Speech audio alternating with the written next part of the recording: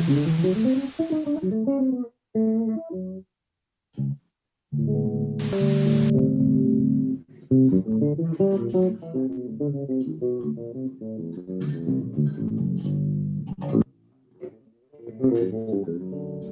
hey, what's up, guys? Рад видеть тебя, Эдриан. Не знаю, как это сработало, но раз уж мы с тобой вышли на связь, может быть, я задам тебе пару вопросов. Кстати, какое произношение твоего имени тебе более привычно? Адриан Феро или Hadrien Feraud на американский манер? Any, whether it be like in French or English, I don't really care. You can pronounce it the Russian way too. I'm fine. Отлично, тогда начнем. Впервые я услышал о тебе в составе коллектива Джона Маклафлина. По-моему, это был 2007 год. Потом я нашел видео с концертов Бире Лагрен, затем Bass Day 2008 года, а после YouTube начал стремительно наполняться видео с твоей потрясающей игрой. И эти видео стали настоящим подарком и источником вдохновения для многих басистов, которых я знаю. Так вот, возвращаясь к 2007 году, может быть, годом ранее. Я знаю, что вы друзья с Линли Март, а он в то время играл Джо Завинулом. Вы с Линли уже были знакомы в то время? И пересекались ли вы с Джо? Yeah, I have a couple times, maybe 3 times, on occasions where he was playing in Paris back in I think 2003, and then later on 2006 or something. Right, I think about a year before he passed, actually. But and Linley was on bass every time, so and I knew some of the cats in the band too. But I remember Kareem Ziad was in the band, Arto, Tung Boyachin, the percussion player. So and then Shek Tidiane also. Shek Tidiane is a great musician from Mali, is in Africa, and and him, he was very good friends with Joe. And usually, the story is, I would probably at some point be in Joe's band had he still been with us, because Shek was recommending, Shek Tidiane was actually recommending, Joe's rhythm sections. Joe would always refer to Shek when it came to rhythm sections.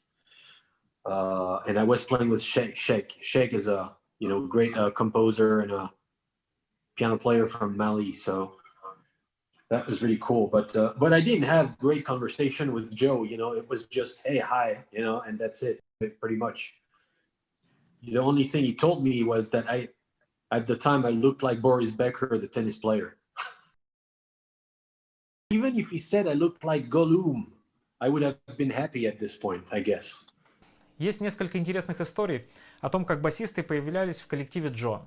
И одна из них — это легендарная история Жака. Я думаю, что многие басисты себя представляли на его месте в тот момент. Были ли у тебя мысли подойти к Джо и сказать, что ты лучший басист в мире, как это сделал Жака в свое время? Yeah, Joe would have probably, laughed at me. I mean, never, I never had this idea. Actually, I would have never dared saying such a thing. I have to say, like, you gotta have balls for that. I mean, it's quite inspiring too, because I mean, sometimes I, definitely, if we're being serious and we develop on the topic, definitely sometimes I have to take my own defense. Definitely, I do more and more, and I have said things, that can appear and come off as arrogant.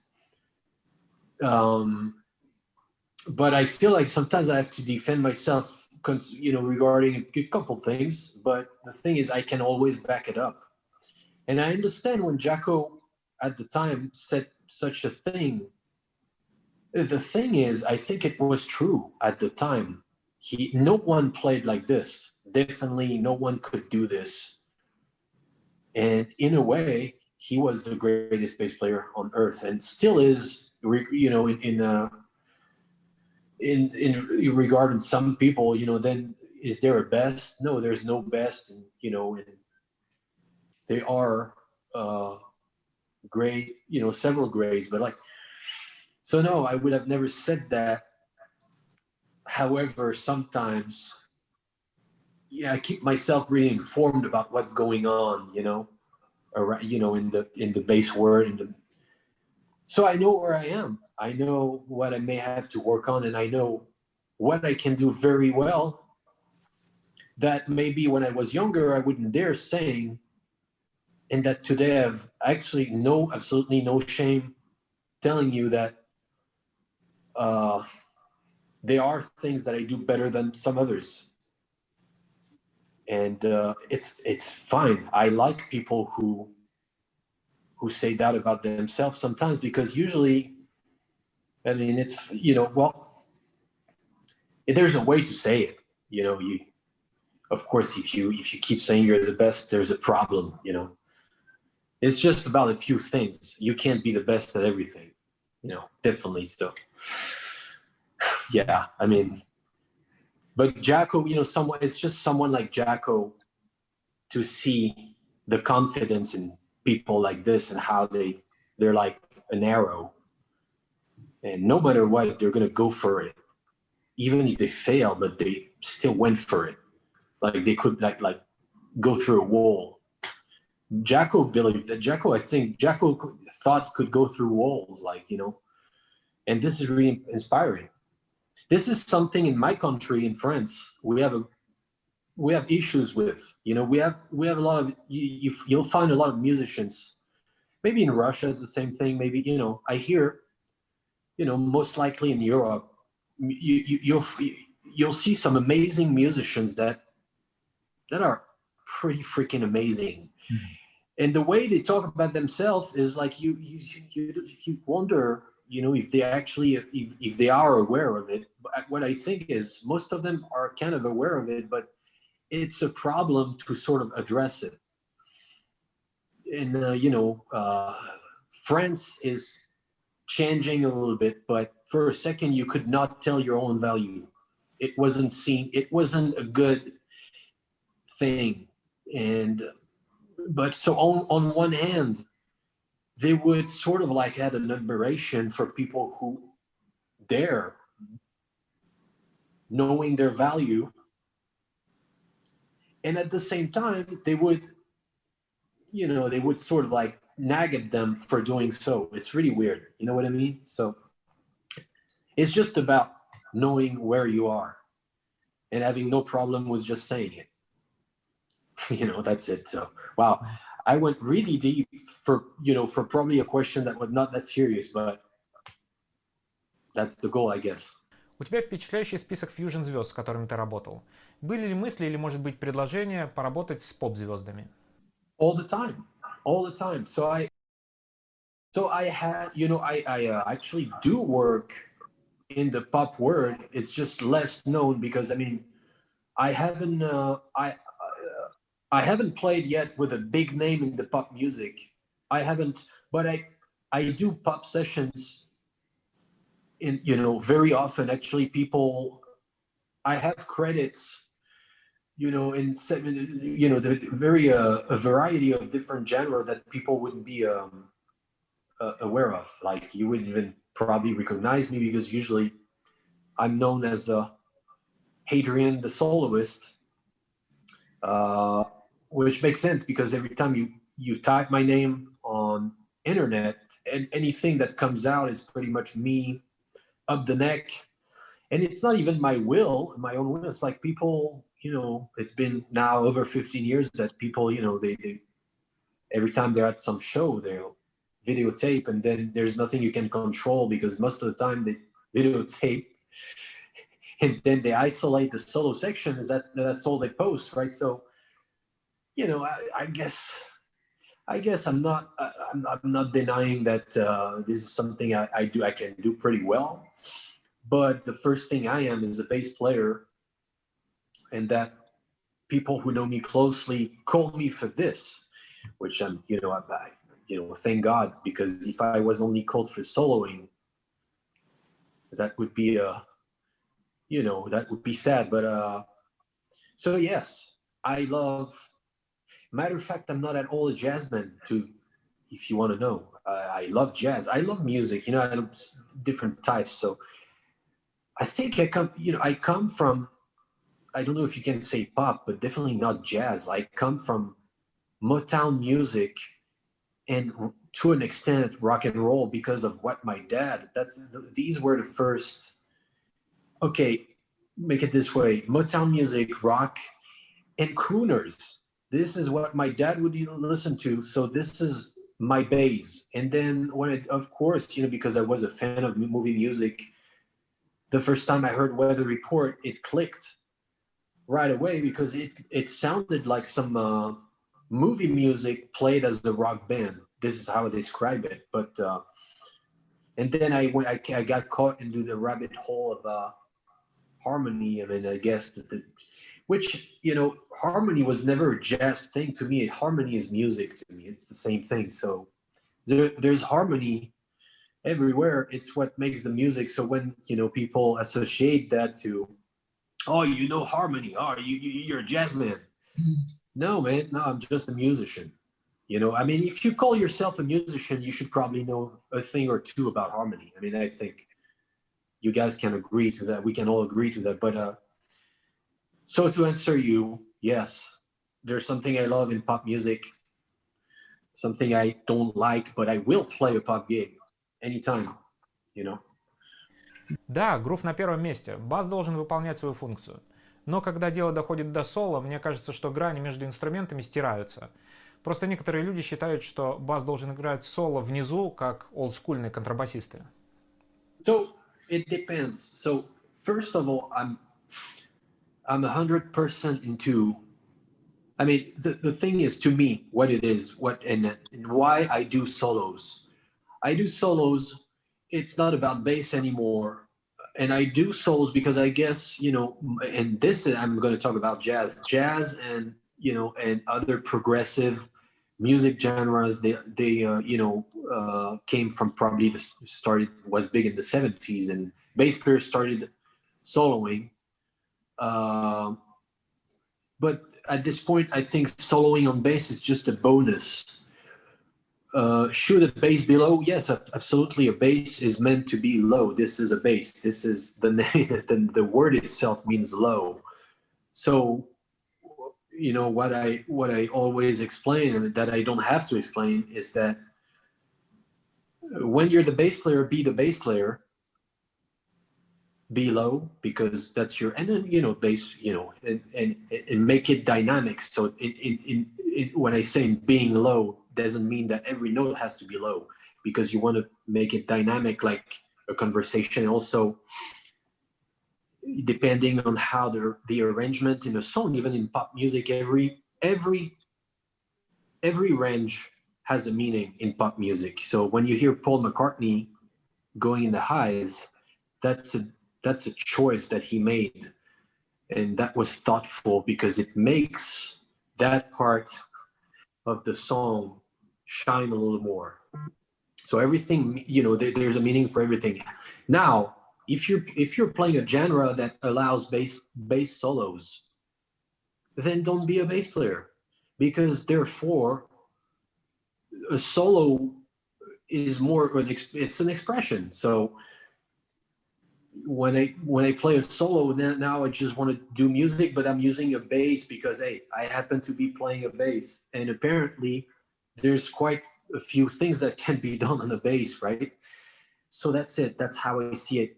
To me, I thought to myself, if I'm going to be able to play solos, why would I be playing bass solos? The typical bass solo. So there's a typical bass solo, which was great.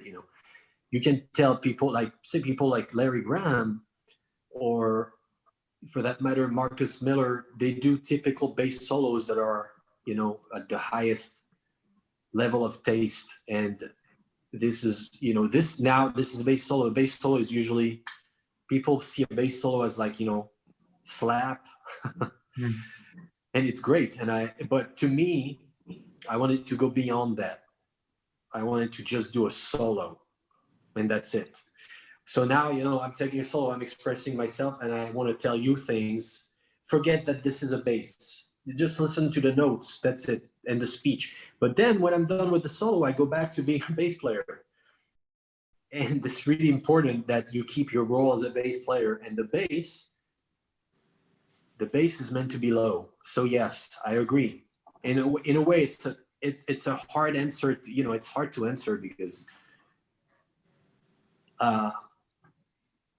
even okay. Let's take Jacko. Jacko was always hired for how he sounded. Would he be the right choice for everything? Maybe not, because he had a very big personality, and maybe sometimes standing out as a bass player is not the right thing. I mean, most of the time you want to make it about the song. So yeah, so that's what I think. Long story short, stay in your lane. You're a bass player, be a bass player. If you're asked to be a solo, if you have to make a solo, then express yourself, and it can be anything. That's it. That's how I see it. Абсолютно с тобой согласен. Thank you. Поскольку ты упомянул слэп, вопрос такой. В последнее время ты как будто больше стал уделять внимание этой технике. С чем это связано? Ведь обычно увидеть слэп в твоем исполнении – это большая редкость. I was never a slap guy. I'm probably still not. I think I'm decent. I can do the basics. Maybe in the past few years, maybe I just practiced it a little more. Matter of fact, I was, I've always slapped to an extent, but I never showed it. The thing is, I've always slapped, but the thing is, there's a lot of gigs that I did that at the time when I sort of like came up and the buzz was around me a little bit, I was hired in the fusion word. So you wouldn't see that of me, and the most likely the styles and the genres that back in 2005, the first YouTube videos that you would see of me were in the fusion word, because this is mostly where people would come to the clubs and videotape. And every time I would back up a pop artist in France, not that I did too much, because anyways, I mean, as soon as you start having abilities as a bassist, instantly you can't be the guy that, the go-to guy for a pop gig, even though you might be a very good pop bass player, but they won't call you for that a lot. So, but the problem is, the few pop gigs that I did, no one was there to videotape that. The few fun gigs I did, no one was there to videotape that. So there was no proof of this. So then I became, oh yeah, Hadrien doesn't slap. Which I'm not saying I'm a slapper. I will never be Anton Davidians. That, by the way, Anton can do it all. He can play, like a classical guitar player, but he can also slap the hell out of a bass. But so I guess I'm not, it's not predominant in my playing, but I can't do the basics. And recently, I guess I came back to it a little more because I get bored with myself easily. And maybe I thought that it was time to show that side of me a little more. That's it. I'm not pretending to be any slap guy, but definitely I'm working on it. I'm listening to Mark King again, and I'm listening to Federico. I'm listening to Marcus. I'm going to all the classic Federico, Anton, the guys that do it, the best. And I guess there's a lot of also gospel bass players that I love. Derek Bennett. Those guys really doing well, so it's inspiring. I try to, no matter what it is, I try to keep an eye on everything that's going on, and add it to the fact that I get bored, with myself easily. When I reach plateaus, then I need to go further or try. If I don't try, then I feel like I'm not. I feel like it's too easy. It's like, no, it's too easy. You have it too easy. Like right now, I'm gonna say, for me, soloing over changes is too easy. This is not arrogant. This is just a fact. I understand the concept a long time ago. So now what? Now how can I make it better? solving over changes is not a it's second nature. So how do I perfect my vocabulary? Then now, you know, how do I be a better bass player? Maybe how do I be a better bass player? Serving the music better, you know, things like that. Sometimes it's not even in the technique. Sometimes it's just being better musician.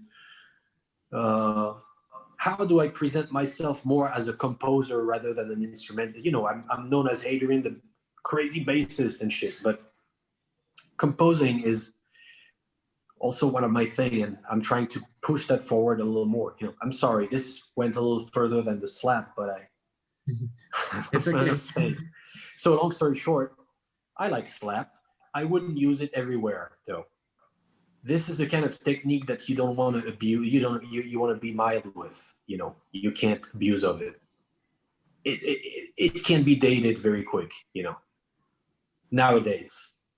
That's what I'm saying. But it's beautiful. When it's beautifully done, it's beautiful.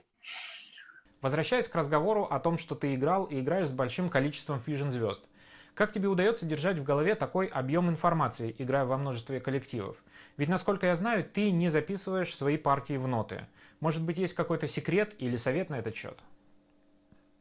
I have no tips. You know, I had no choice, in fact, because I don't sight read, and I started music not reading charts. So you know, to this day, I'm a very bad reader. This is something I want to perfect. This is something I want to be good at, you know, and I will eventually. It's just about learning. I know I can do it. It's just being flaky right now. It's just because most of the gigs I get, it's not from one day to another. So I have time to work. You know, I have time to work on the songs. Now I'll tell you one thing. Learn to read. Like if you're a young player, if you're starting, like definitely learn to read. Like it's good. It's good to have. Definitely, it's going to help you. But anytime you have enough time to work on your songs prior to the gig, you know, if you have 2 weeks, at least 2 weeks, or even a week, if you're a fast learner, don't rely only on reading. Like definitely, you may want to internalize the music as best as you can, because this is the only way you're going to deliver the best performance, and you're actually going to serve the music better. I mean, of course, it's like matter of choice, but like, I never understood when, for example, I'm sending the music to the musicians that I hired, and the gig is a month ahead. So I understand that everyone has a lot of things to do, definitely, but so sometimes, you know, reading comes in handy, definitely, but there's a way that you have time, you know, to focus on the music, and so that when it's the 10th gig with the same band and you're still reading a chart, what's going on, you know? So maybe there's a happy medium you can find. So my thing is to answer you, how do I remember? I don't know how I do. That's all I've been doing since I was a kid. I had no choice. And then when, you know, I start, you know, usually my technique is that I don't even pick up the bass right away. It's that I play the music first in my car. It's running for a week. I pay attention to each songs for a week, and then only when I get to my computer and now I'm good, you know, I'm picking up the bass and play along the songs, already the 70% of the work is done, because I have my songs inside, and all I have to do now is put it on the neck. And if it's complex music that involves 2Ds and stuff like that, like, you know, lines, you know, well, obviously you got to work on the phrasing, you know, and this is something you can do without an instrument. I mean, maybe some do, I don't.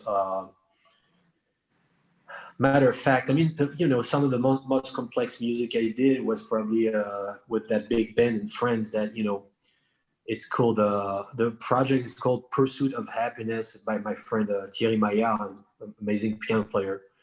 The songs are about 15 minutes long, and every song is a piece of music. Is it my favorite to learn 15-minute songs? No, it's more like a challenge, but you can do it. Everything, if you internalize the music at some point, you'll do it.